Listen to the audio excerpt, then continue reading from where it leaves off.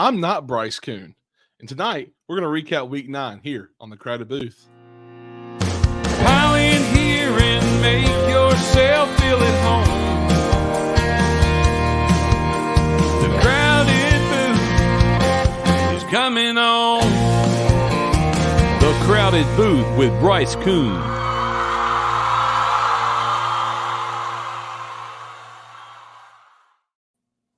Will, this is a weird show tonight. The man can't even come to his own show. What is this? What have we come to? I don't know, man. Look, he told me that his headache is a problem. He can't function. He's out of it, man. It's just called weak-minded. That's what it is. I mean, he's had a tough day. He working so hard. Working so hard. Played a few games of Rocket League. He had to drive to campus today. That long 5-10 minute drive. He's had a tough day. Yeah, he has a tough day. I'll tell you who had a tough day. We're gonna start this week off here. Florida had a really tough day on Saturday. Yeah, they did. It started off really. Florida that first drive, it looked like they were a team that was going to compete against Georgia. I was shocked. I really was. I thought, man, Florida looks like they're going to do something today, and then man, it took a turn for the worse. What'd you think? Well, I didn't watch it live. I had to go back and watch the replay because I actually made it to an Auburn game for once this year. But yeah, I think this game tells you everything about Georgia. Talking with some Georgia buddies, they were trying to tell me they were nervous. If you're not a Georgia fan and you have Georgia friends, then that's a story you're used to hearing. I told them, I was like, I don't know why you're worried. Georgia is going to be – because Georgia's entering a tough stretch. Florida, Missouri, Ole Miss, Tennessee, I think in that order. But those are their next 4 games. Rightfully so, tough games. But I told them, Georgia's really good, man. Georgia's going to be double-digit favorites and probably win all those games by 20. And they're off to a good start here, beating up on Florida 43-20. And some resiliency from Georgia. Slow start offensively. Florida answers, gets a touchdown, but Georgia turns right around and really dominated this game from the word go. I shockingly was having debates today about Carson Beck. People thinking that he's just not a good quarterback. I don't know where they get that from.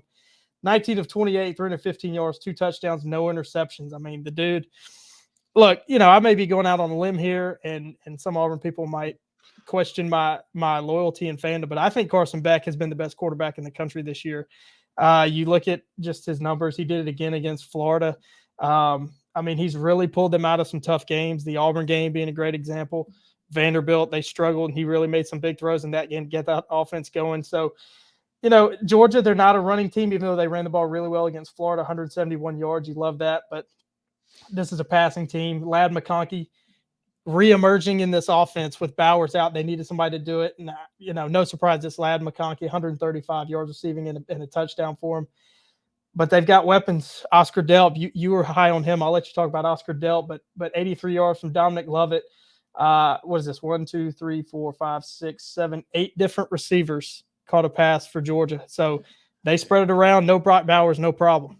Yeah, and look, I talked about Oscar Delp a lot this week. I said, him being the tight end, this is going to be the guy to go to. I mean, 2 catches. I mean, it's not like he had a bad game. He had 2 catches for 31 yards. That's 15 per pop. I mean, that's terrific. That's all you want out of him. Hey, and 2 targets. Yeah, I mean, Ladd McConkey was the guy who came up. I mean, this was we were talking about who could show up. Well, Ladd McConkey's back. I mean, we talked about Ladd McConkey the last 2 years. I mean, he's been their deep ball threat every time, which is you wouldn't think that if you looked at him, but he's super talented. So, but go to Florida though. You look at what Graham Mertz. Graham Mertz has had a great year.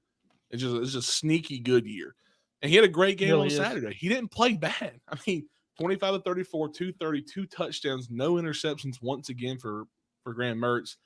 It's just they couldn't do anything defensively to stop Georgia, and that's what hurt them so bad. They got down so early, they couldn't really get anything going after that. Ricky Purcell was stopped so much. I mean, he had 6 catches, but I mean, he probably had 12 targets.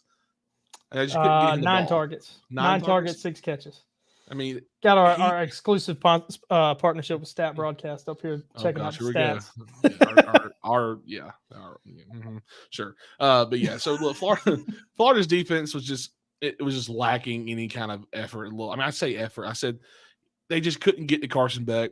And they couldn't get those tackles for losses. They had a lot of tackles in the back that they could have caused. They didn't get anything. So moving forward, Florida's just got to really get that defense going because that offense looked good. I really believe the offense was good. It's just that first drive is just lacked a lot of energy, honestly. Yeah, a much, much cleaner game than the Florida-Georgia game normally is. Just 2 penalties for each side. Really standing out there to me. But unfortunately, when you're going up against a team like Georgia, you basically have to play perfect. Florida, the one turnover, losing the fumble. So they give a possession away there. Georgia 6 of 12 on third downs. Florida just 4 of 11. That's really the difference in the game. It's a 23-point game, and Florida did add 13 in that fourth quarter to make the score look better. But I mean, just looking at the numbers, a fairly close game. You expect in a rivalry game, but man, Georgia just 10-7 in that first quarter. Then they ran off 26 or what was it, 32 unanswered points. Yeah, it was Florida didn't score but in the first and fourth quarter. So what Bryce wants us to talk about, the horrible fourth down play that Florida ran. I don't think it was horrible. I think the timing was horrible. A yard. You needed the design. Okay, I love the design of the play. I do too. And watching the play. No, execution wasn't there. And I think Georgia's the wrong team to play that against. You know, going back and watching the play, talking to, a Georgia buddy that was watching, it was like, he said of the defensive backs, the corners for Georgia, they were not fazed by the trick play. So I have a theory that Billy Napier cooked this play up when he was on staff with Kirby Smart at Alabama, and showed it off to Kirby and asked what he thought about it. So Kirby kind of had this in his back pocket to expect something like this. But and it's the same with any trick play. If it works, you're a genius. If it doesn't, you're a moron. And Napier, he's getting the moron moniker because the play didn't work this time. But it was really well defended by Georgia. Very questionable to be that deep in your own territory to run it. But, you're going to be against a team like Georgia. You're not going to beat them by punting and kicking field goals. You got to keep getting first downs. You got to get in the end zone. So I get it. But that early in the game, that deep in territory, probably not the smartest decision. And I was watching with some Georgia fans, and they said, man, if they just got that off, and actually just ran a QB sneak, they probably gotten it because Georgia was not ready. But they were like, they looked like they jumped off. They almost jumped off sides. Graham Mertz almost got them with a fake snap there. They could have done a lot of things and got the first down. I just didn't think the play call was the right timing, and the execution was just terrible. It just looked like it was kind of like we're trying to get them on to jump off sides first, and then we'll run it. Well, if you're gonna run it. Don't hesitate. Don't wait so long for it. So, but No, I was just going to say, trick plays, they have historically not worked against Kirby Smart. I mean, that guy, defensive mind, he's one step ahead all the time. Yeah. So I want to show a comment real quick. Absolutely. What is this? Yeah. I mean, he's just sitting there watching the stream, but he can't talk apparently. So, it is what it is, Jones. We try to get him here. He just doesn't want to work hard enough today. To our next game, we stay in the state of Georgia into what was a shocker for some people Saturday night, especially me. Shocking. Shocking. Georgia Tech pulls off the upset against North Carolina in what was, I'm not going to sit here and say I think we all picked North Carolina. We did. I said that put all your money on North Carolina. Bet every which way you could take North Carolina, take them. And then Jonesy said perfectly last week, fade everything they say, which is true. Always do. Well, sometimes. To get a little recap of this game, I thought, it started off the game, North Carolina came out hot. They looked like they were going to run away with this game really early. I think it went 14-0 in the first quarter. Yep. And then allowed 24 points in the second quarter. Georgia Tech scored points in the second and fourth quarter only, Will. That's it. Yep. They didn't allow any points in the first and third quarters. Does this look, is this a bad look for UNC or a really good look for Georgia Tech? I just don't know because I don't know. Watching this game, I thought North Carolina's offense played great. They truly did. You can't knock Drake May what he did on Saturday. No, you can't. No interceptions.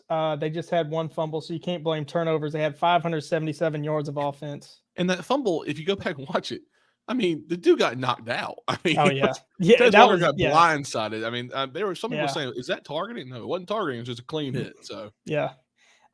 This is a really, really bad look for North Carolina. Really bad look for me for Gene Chizik. I don't. He still needs time. He needs time to fix that defense because it was historically bad. Man, 635 yards of offense for Georgia Tech, 348 on the ground.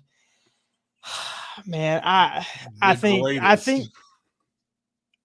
Gene Chizik is a great defensive mind.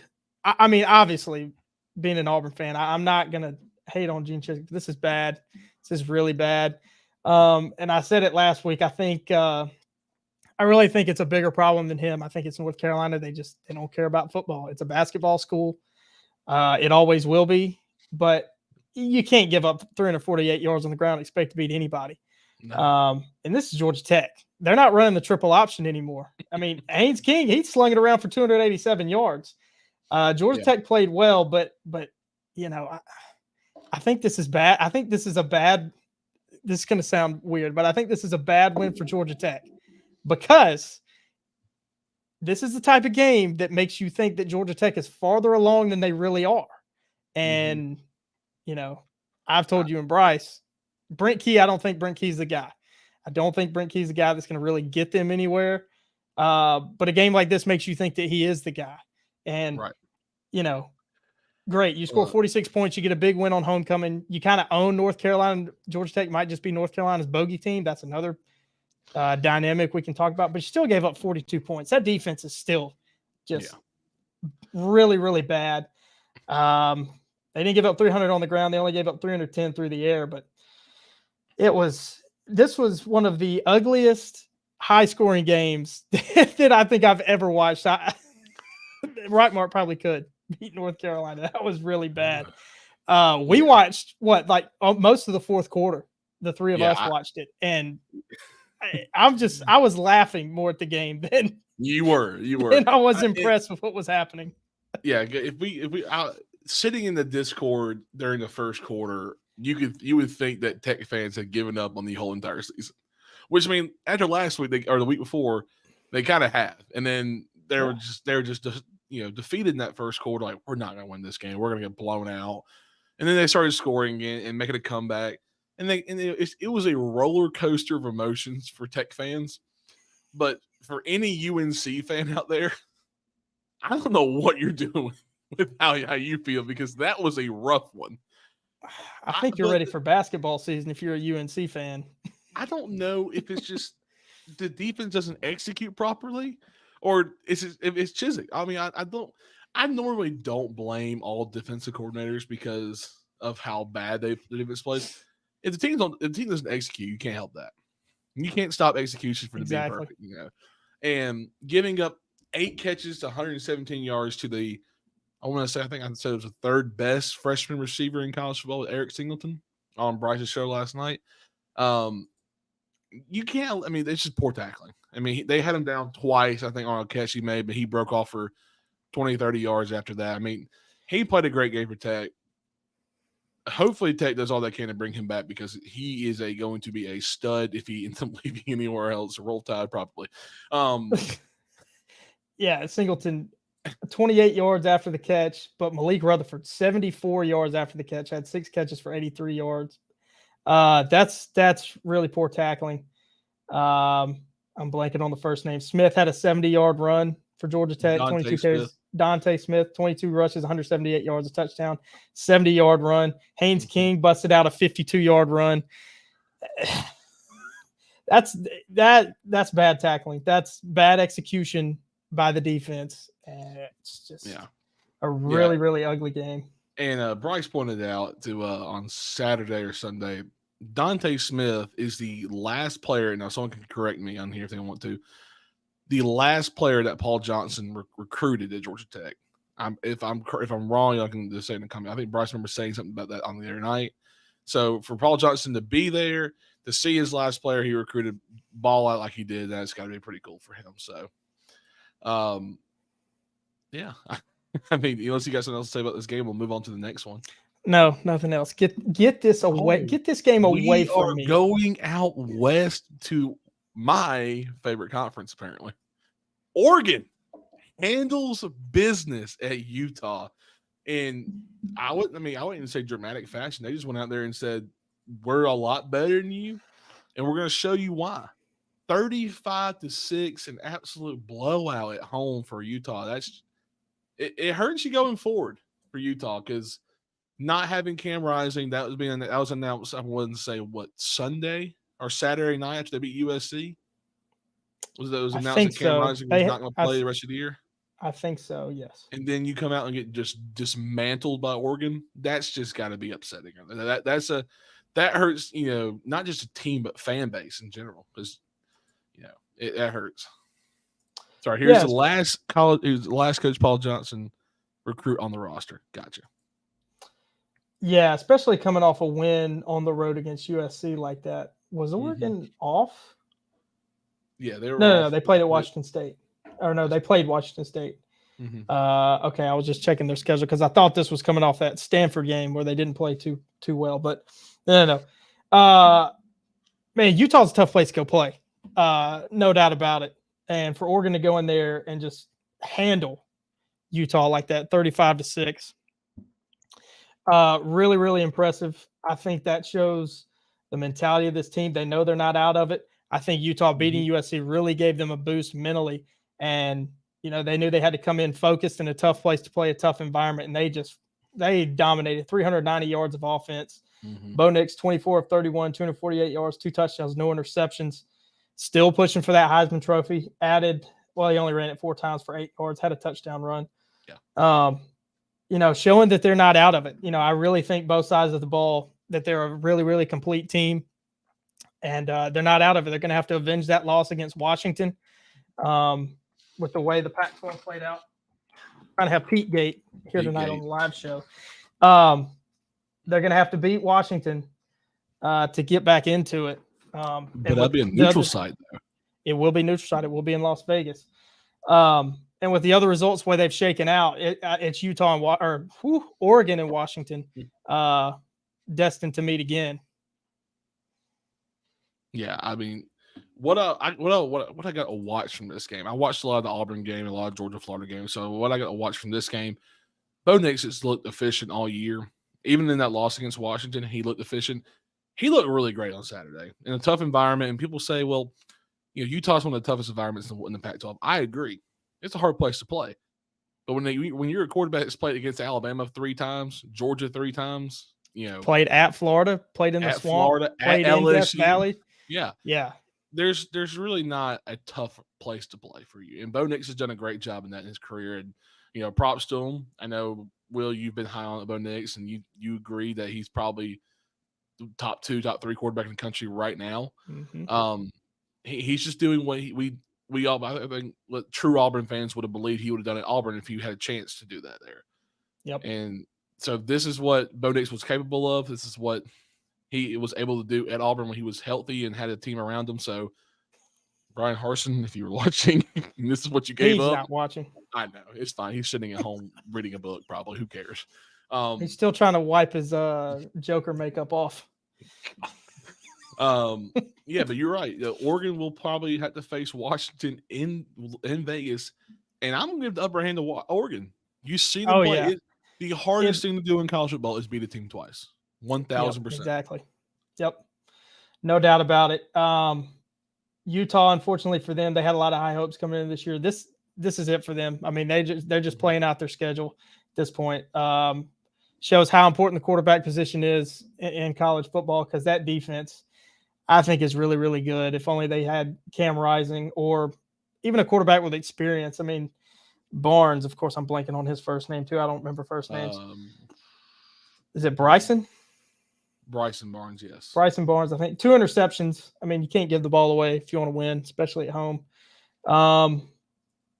That's all I got on this game. I did not really watch any of this game. Yeah, Oh, 8 penalties for Oregon, and they overcame that.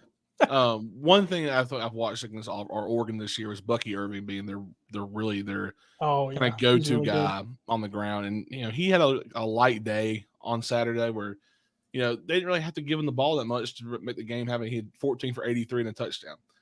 It's really been average for him. So for them to have a light run day for him and still win this game, they only have to go only 250 through the air and 140 on the ground. Their defense played great. Going forward, that helps their team out a lot. They still got to play USC. They still got to play Oregon State in the year. Two very talented teams. And Cal next weekend, who gave USC a run for their money. Well, Auburn beat Cal, so what does that really say about USC? Yeah, I said that in the group message, so it is what it is. Moving forward, will we go to what you could say you were there? You were there. You were there for this game. Peyton Thorne. I used him because he actually played the best game of his entire career. Leads Auburn over Mississippi State at home. Will, I thought I'd let you take the reins on this first because you were there. Yeah. In the first half, I was thinking and receiving text messages, who is this team dressed in Auburn uniform?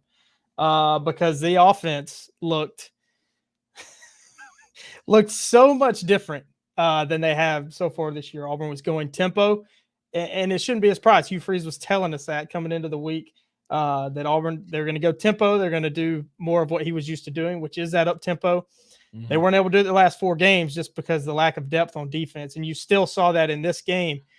Auburn really pumped the brakes in that second half, really slowed it down. Mississippi State played really well in the second half, made it really tough on Auburn, but that first half, Auburn runs out to a 24-3 lead at halftime. Auburn probably should have scored more, but Mississippi State, they really started to get their offense going with Mike Wright, poor guy, started his career at Vanderbilt, transfers to Mississippi State and to get behind Will Rogers and now forced into playing. And he didn't have that bad of a game, 16 of 32, 161 yards, 1 touchdown, 1 interception. Was their leading rusher with 63 yards. By a yard. Yeah. He has command of that offense, which, Mississippi State transitioning from the air raid going to, I don't know really what you call the offense Kevin Barbay's brought in. Spread option almost. Spread-ish. They do a lot of pistol. They didn't really go under center a ton. It's pistol shotgun. But they're definitely a more run-centered team. Emphasis on the running game. Zach Arnett wants to shorten games and play defense. No surprise being a defensive coach. But they didn't quit, man. They did not quit. They made it tough on Auburn. Thomas, 9 catches, 112 yards for a touchdown. Auburn did a really nice job on Dietrich Griffin, just 3 catches, 18 yards. Really their big play guy at the wide receiver position. Yeah. But, the second half was scary.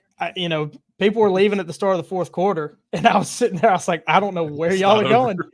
Have y'all not been watching this same third quarter? Because Auburn only got a field goal in the second half. But Mississippi State, and Freeze talked about it today in his presser, they did a really good job getting some first downs and pinning Auburn deep on punts. Yeah, they're still learning their offense.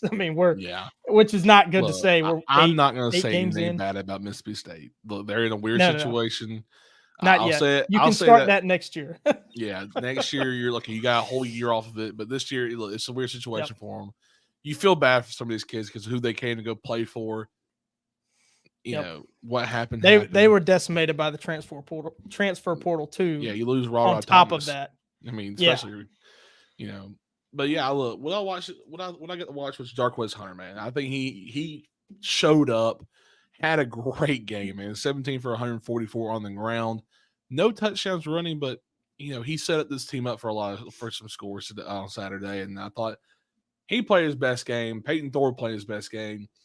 Ashford came in. He didn't hit to throw the ball. He ran ball twice, I think. Twice, 2 for 8 yards.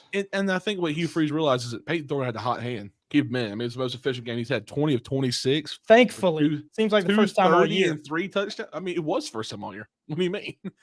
This is the first time Auburn's done for 200 yards since last year. And I want to say that was Ashford against Mississippi State last year. I think it was. So Auburn versus Mississippi State right now makes these quarterbacks look really good. I thought Auburn's defense played great the first half, man. I've been saying it all year. This defense has been the main key. It starts with Eugene Asante. Every game, he has to be the guy for them. 8 tackles, 1 for a loss. Just played a terrific game overall. Just there's no pass rush, and that's what's hurting Auburn in the long run. You get no pass rush. You can't let some of these quarterbacks sit back. Especially like if Will Rogers would have played, this game goes in a different. Would have picked Auburn apart. He would have picked Auburn apart. Yeah, Auburn just 5 guys. No, you go. Yeah, Auburn just 5 QB hurries, and Asante had 2 more than anybody else. Auburn's got to get a pass rush, and it's kind of unfortunate because as good as that secondary is, and as good as the Auburn defense is, they lead the SEC in takeaways. Even with that interception with 14, I think, but the offense has turned it over 12 times, I think. So it's only a net of +2. Yeah. You talk about Jarquez Hunter being able to run the ball, Thorne playing so well. Auburn was the beneficiary of playing a really bad Mississippi State defense. They are not good. And Thorne being able to connect on the passing game, they came out and threw the ball really well. Shane Hooks had a really fun touchdown in that first quarter where he dragged the defender into the end zone. Yeah. Opened up space for Jarquez Hunter in the running game, and he did a really good job today taking advantage of that, which has been the real struggle for Auburn offensively. Best play of the game, though, was the touchdown pass to Jeremiah Cobb. Just on the little wheel route, flat route, whatever. Thorne just floats it up and puts it in the perfect spot. He makes a great play. Jeremiah Cobb, I think, is next on the list of really good to great Auburn running backs. Being just a true freshman. We'll have to see if he gets to great, but I think he's going to be really, really good. And this is really big for Auburn because it starts a stretch of very winnable games. Vanderbilt next week, where Auburn has not won in over 20 years. Auburn has not. How insane is that? Auburn has not won in Nashville. How many times they played in Nashville, though? Not that many, wasn't a bowl they game. Still haven't but won. That wasn't a bowl game. Right. But they haven't won. They haven't beaten Vanderbilt in Nashville in over 20 years. It's insane. Go to Vanderbilt, you go to Arkansas, which, again, Auburn struggles in Fayetteville on the road. It'll probably be a noon kick, which is Auburn's kryptonite in 4 Fayetteville. o'clock. Okay, they already announced it's 4 o'clock. Back-to-back 4 o'clock kickoffs for Auburn. Three in a row on the SEC network in that time slot. But very winnable games in New Mexico State. Do what? Former Sunbelt, New Mexico State. Sunbelt, New Mexico State. Sorry, they're independent now. My bad. Yeah, so very winnable games leading into Alabama. Auburn trending upward, really looking like they'll make a bowl game, which is a huge positive and a job done by Hugh Freeze. Well, I said I'll put it at that. Job done. Yeah, I said 7-5 beginning of the year is a win for Auburn this year, and then getting into a bowl game, you leave that season with your head up high. I mean, that's just like the same thing I said about Tech. You walk out, no matter what, you get a bowl game this year, you're happy because that's the first bowl game you had in years. Auburn's been once in the last 2 years without a bowl game. That's just very uncharacteristic for Auburn. And you know that. You've been an Auburn fan long enough. I've watched them for long enough. Well, no, just last year missed the bowl game. It was Birmingham Bowl the year before. Lost 2 years without a bowl game. 2 years without a bowl game. Well, Harson's first year lost. 2021 lost to Houston in the Birmingham Bowl. That was probably one of those worst games I've ever watched. It was awful. I was there too. It was awful. That's rough. We'll save your sorrows for another day. I know it's a good win. It's a win. A win's a win. But we'll move on to something more fun to talk about. You lose 4 games in a row, which is never good enough at Auburn. I don't care who you're playing. That's not the Auburn standard. No. But they come out of it. They're in most of those games. Like if you look back, they're in a lot of those games. I mean, 27-10, 27-20. Not going to talk about the next one, 28-21. So, But to be able to put those 4 behind them, turn the page, you get winnable games. You win the first one, win it by 2 scores. 2 wins away from bowl. 2 wins away from bowl eligibility. So that's right. Keep it up. Will we move on to the little central of the United States? I guess. Where are you going with that? Well, I was also Central America. Well, wrong. Yes, with that one. Yes, Bryce. It is true. Cadillac did give the pregame speech, which is interesting. Get your Top Golf Birmingham tickets now. Auburn will probably be in the Birmingham Bowl again. It's by playing Georgia Tech. We go out there to good old Kansas stuns Oklahoma, and to me, in a shootout. I mean, basically what it was. I mean, just once again, Big 12 no defense. Man, Kansas, man, they look great, and with a backup quarterback. And I think I said it last. This was my game to watch, actually, and I almost made my best bet. It was plus 17. I mean, 17 is a lot of points to cover, no matter if you're on the road or home. So, props to what Lance Leopold's done at Kansas. He's doing some great things. He doesn't even have his starting quarterback, who to me is an absolute game changer in Jalen Daniels. But if I don't want to mess his name up, I think it's Jason Bean, who is a veteran backup quarterback, by the way, balled out, led the team to a victory, and just he threw two stuns. He threw two picks. You know what? It's a win, Will. You beat this. They scored more points. That's all that matters. Yeah, you scored more points, and you scored when it mattered. So, take it away. Well, I know you didn't get to watch this game, probably. But. No, I did not get to watch this one. What stands out to me is Oklahoma 11 penalties for 101 yards. That's the difference in the game.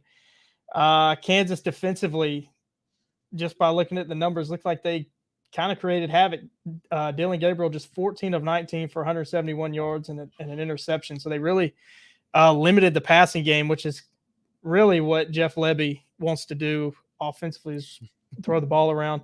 Yeah. Tawee, is that how you say it? Walker? Tawee, 23 rushes, 146 yards and touchdowns. So they really gashed Kansas. But, I mean, it shows. It's hard to beat anybody on the road. It's hard to go on the road and win. The Big 12 stays wide open. I mean, it seems like it's wide open every year, and Kansas just opened it right back up. It'll probably be Oklahoma and Texas. In the back door. Just let Texas walk right through the back door, because Texas handled BYU on Saturday. They did, with a backup quarterback too. Yeah, exactly. So you can say, well, we didn't play our best game because we didn't have some guys. Texas didn't have a starting quarterback, and neither Kansas. So my few takes from this game, man, if you look back at this game, Kansas opened up the scoring in the first quarter with a pick six. Then score again in the second quarter. Oklahoma scores 3 straight times, and that's when I said, and here comes Oklahoma. Yep. And Kansas just kept doing, just enough to keep it close. Just stay in the game to the last minute. You just got a big score at the end of the game. I think less than a minute they scored a touchdown to take the lead, and then defense just stepped up right when it mattered the most. And it's a big win for Kansas. This will come as no surprise, but what Lance Leipold does offensively, I really like it. It's really interesting. It's kind of a hybrid offense. They run a lot of option stuff out of pistol, similar to what Jamie Chadwell does. And it works. I mean, they ran the ball for 225 yards on Oklahoma, and Oklahoma had been getting a lot of praise for their defense. Brent Venables getting a lot of praise for getting his defense right. And man, you get gashed for 225 on the road. You're making it hard on yourself. So, Kansas is a team. They're a scary team because they can run the football. They've got an interesting offense. Bean obviously can run the ball. They threw it a ton, 32 times. But I mean, it starts for Kansas on the ground. They did a really good job. Their defense did enough. Yeah. We're talking about a Kansas here who's possibly could go 10-2 this year. So they could. Their only losses are to Texas and Oklahoma State by a touchdown. So this is not the same Kansas that you were used to seeing back about 2015-16. So Oklahoma, they're still in it. I mean, any one-loss team to me is still in it with wins over Texas. I mean, it's just, they may have to get 2 wins over Texas. Yeah, they may have to win twice. And you're not denying them if they get 2 wins over Texas. No, if you beat Texas twice and both at neutral sites, that's pretty darn good. Without a home field advantage in that game, that's better than what most teams could probably do in general at home. So, but Will, we're gonna go and take a little break here. We'll be right back for me and Will's and surprise guest Bryce Koon's top 4. Surprise guest. Right after this. Hey everyone, Bryce Koon here with the Crowded Booth, and I'm excited to partner with Milton and Drew McCluskey as they get on their new venture, the Cajun Cousins Company. It's an all-stop shop for some of the best food and atmosphere entertainment that you're going to be able to have, especially this fall as college football is right around the corner. What is Cajun Cousins Company? Well, Milt decided to start this business back in Columbia, South Carolina. That's where they're based out of. Drew initially joined him after spending some time with the Saints, but they offer catered Cajun delicacies such as crawfish boils and Aunt Dottie's jambalaya. They bring everything and they can set up anywhere. Look, folks, they're passionate about giving people a reason to gather and to get to the culture that they love so much. They're expanding that brand to the low country of South Carolina, the upstate area, and other areas of the Southeast.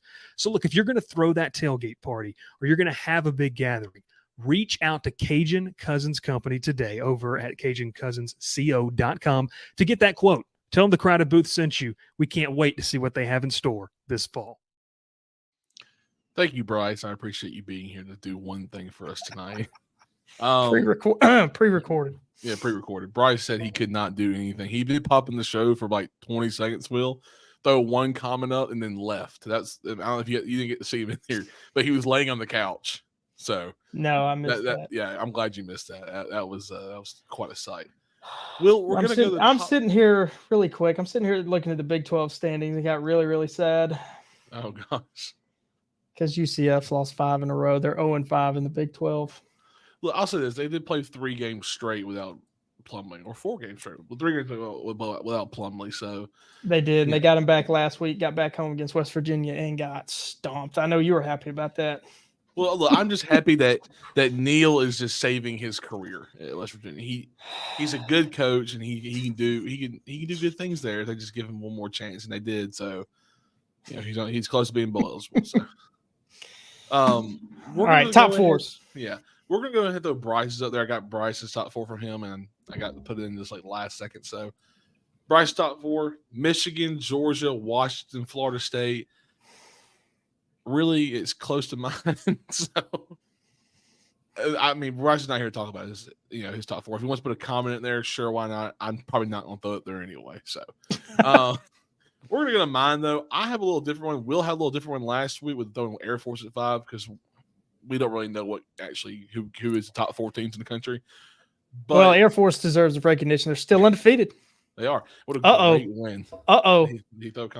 Bryce is yelling at you in the comments. Did I not put Michigan? I put Georgia. Oh, I'm sorry. I put them in wrong. Apologies. Well, Michigan can't.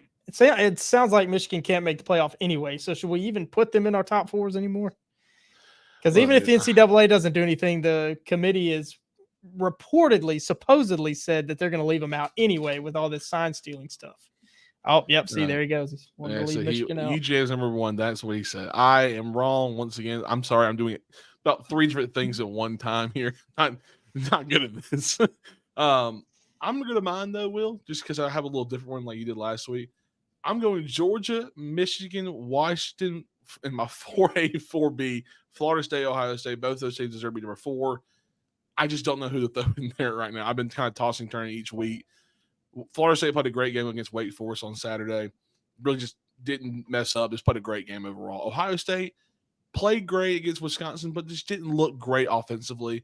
I'm not saying anything against Wisconsin's defense. They're a solid defense. I think Luke Fickell's done a great job there.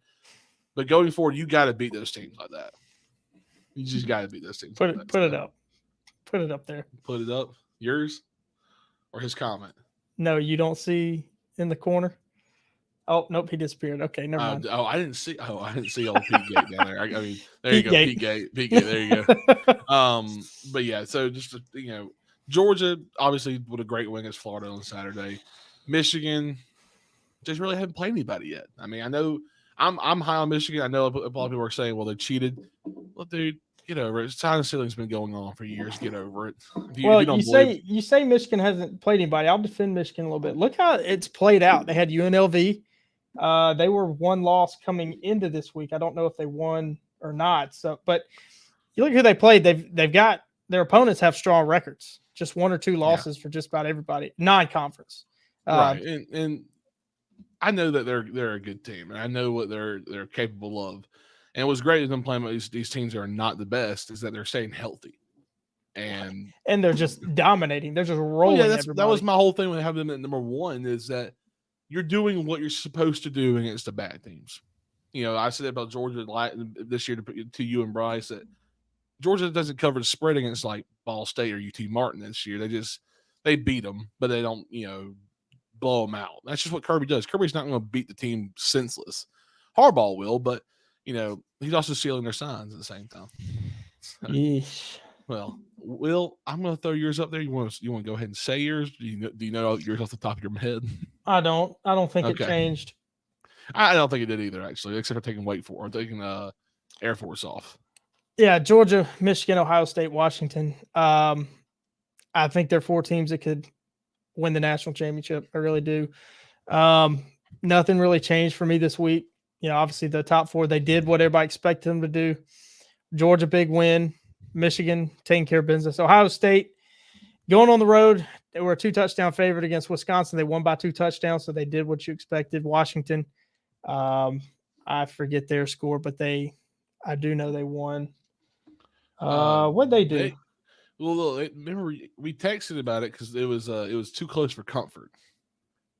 They did pull away. That's right. They did pull away. It was Arizona State, wasn't it? I'm looking for it. Oh no, wait, no, that's not it.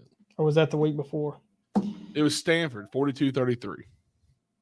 Oh, Stanford.